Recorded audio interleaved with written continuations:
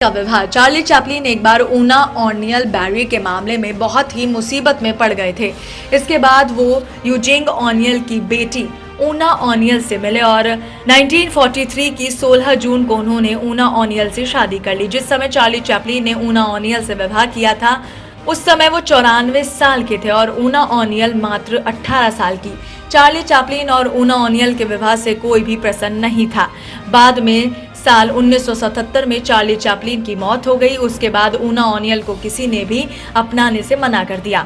ऊना ऑनियल अपने 8 बच्चों के साथ बहुत ही खुश थी। उनकी 3 बेटे थे और 5 बेटियां। उनके तीनों ही बेटों के नाम क्रिस्टोफर, यूजिंग, माइकल चैपलिन और उनकी 5 बेटियों के नाम गोरा लदीन, जोसेफिन, जॉन, विक्टोरिया और अनेट एमिली चैपलिन था।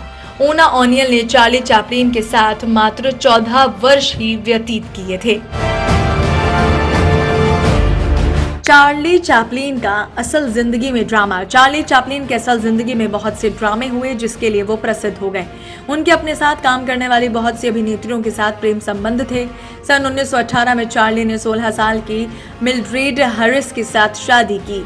उनकी ये शादी 2 साल तक बस चली और उनका तलाक हो गया। फिर उन्होंने सन 1924 में दोबारा 16 साल की अभिनेत्री लीता ग्रे के साथ शादी की। इन्होंने चैपलिन के साथ फिल्म दी गोल्ड रश में काम किया और कुछ समय बाद ये गर्भवती हो गई, जिससे उनके 2 बेटे हुए। किंतु चैपलिन और उनकी पत्नी एक दूसरे के साथ खुश नहीं थे और 1927 में उनका तलाक हो गया। सन 1936 में चैपलिन ने फिर से शादी की। इस समय उन्होंने एक कोरस लड़की जो कि उनके साथ फिल्म पोलेट्टे गोदार्ड में थी, उनके साथ शादी की। सन 1942 में उनके एक और अभिनेत्री जोआन बेरी के साथ भी संबंध हुए थे। उनकी एक बेटी भी थी, किंतु एक परीक्षण के बाद पता चला कि वो चैपलिन की बेटी नहीं है, पर उन्हें उस बच्ची के समर्थन में भुगतान करने के आदेश दिए गए थे। सन 1943 में चैपलिन ने 18 साल की ऊना ओनिल से शादी की। ये उनकी सफल शादी रही। इससे उनको 8 बच्चे हुए। चार्ली चैपलिन फिल्में। चैपलिन ने 1930 के दशक में बहुत सी रोचक और आकर्षक फिल्में की।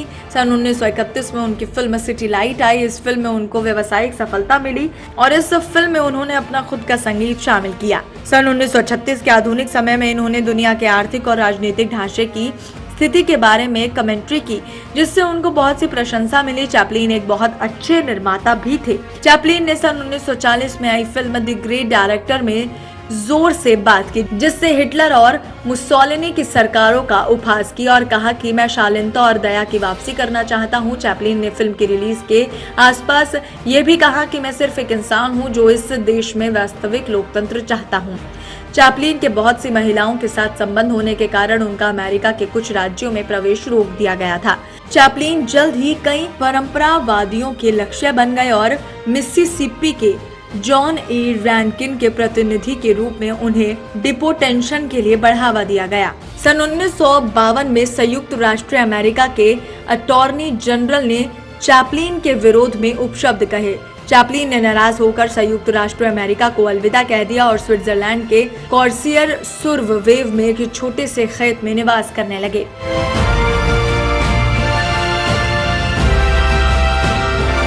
फिल्म निर्माण की तकनीक। चैपलिन ने कभी भी प्रसंकेतक से ज्यादा अपनी फिल्म निर्माण विधियों के बारे में बात नहीं की, ये दावा करते हुए कि ऐसा करना एक जादूगर के भ्रम को तोड़ने के समान होगा। वास्तव में 1940 में डायलॉग बोलने जाने वाली फिल्म द ग्रेट डिक्टेटर बनाना शुरू करने तक चैपलिन ने कभी पूरी तरह स्क्रिप्ट में काम नहीं किया था। उन्होंने ये विधि तक विकसित की थी जब उनके एसएन अनुबंध ने उन्हें अपनी फिल्म लिखने और निर्देशित करने का मौका दिया, जो एक अस्पष्ट परिसर से शुरू करना था। उदाहरण के लिए चार्ली एक स्वास्थ्य स्पा में प्रविष्ट हुआ या चार्ली एक साहूकार की दुकान में काम करते हैं। चैपलिन ने तब सेटों का निर्माण कराया और उनके आसपास चुटकुलों और व्यापार को सुधारने के लिए अपनी शेयर कंपनी के साथ काम किया। लगभग हमेशा फिल्म पर विचार करते थे, जैसे विचारों को स्वीकार कर और त्याग कर एक कथा की संरचना उभरती थी, तो अक्सर चैपलिन को पहले से ही पूरे अंक को वापस शूट करने की आवश्यकता होती थी, जो कि अन्यथा कहानी का खंडन करती थी। चैपलिन की अद्वितीय फिल्म बनाने की तकनीक उनकी मौत के बाद जानी गई। 1983 में ब्रिटिश वृत्तचित्र अज्ञात चैपलिन में जब उनके दुर्लभ जीवित खारिज शॉट और कट अनुक्रम की सावधानी से जांच की। ये एक वजह है कि चैपलिन अपने प्रतिद्वंदियों के मुकाबले अपनी फिल्मों को पूरी करने में ज्यादा समय लगाते थे। इसके अलावा चैपलिन एक अविश्वसनीय रूप से मांग करने वाले निर्देशक थे। जैसा प्रदर्शन वो चाहते थे बिल्कुल वैसा अपने अभिनेताओं को दिखाते थे और अनगिनत शॉट लेते थे जब तक उन्हें वैसा शॉट ना मिले जैसा वो चाहते थे। एनिमेशन निर्देशक चक जोनस, जो युवा काल में चार्ली चैपलिन के लॉन स्टार स्टूडियो के पास रहते थे, उन्होंने कहा कि उनके पिता ने बताया था कि कैसे चैपलिन ने एक सीन को 100 बार शूट किया जब तक वो उससे संतुष्ट नहीं हुए। कहानी तथा सुधार और अनुवर्तपूर्णता का ये संयोजन, जिसके परिमाण स्वरूप दिनों का प्रयास और हजारों मीटर के फिल्म की बर्बादी होती थी, सभी एक भारी कीमत पर जो अक्सर चैपलिन को महंगा पड़ता था, वो निराश को अपने अभिनेता और चालक दल पर निकालते थे। उन्हें घंटों इंतजार कराते थे, चरम मामलों में निर्माण पूरी तरह से बंद कर देते थे।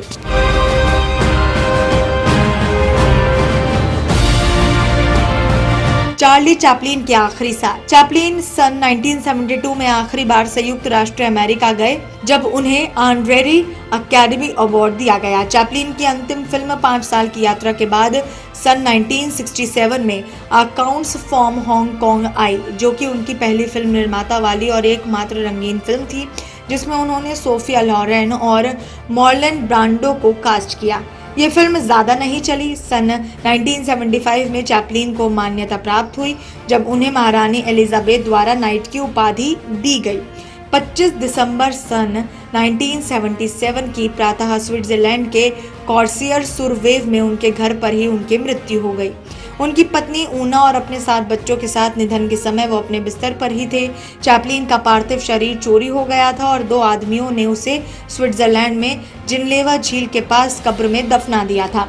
शरीर को वापस करने के लिए उन्हें 2 आदमियों ने उनके परिवार से $40,000 की मांग की। उन आदमियों को गिरफ्तार कर लिया गया था और 11 सप्ताह के बाद चैपलिन का शरीर पुनः प्राप्त हो गया। उम्मीद करते हैं आपको ये वीडियो पसंद आई होगी।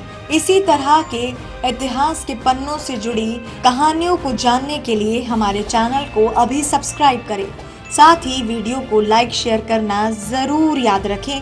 इस वीडियो को देखने के लिए आप सभी का धन्यवाद।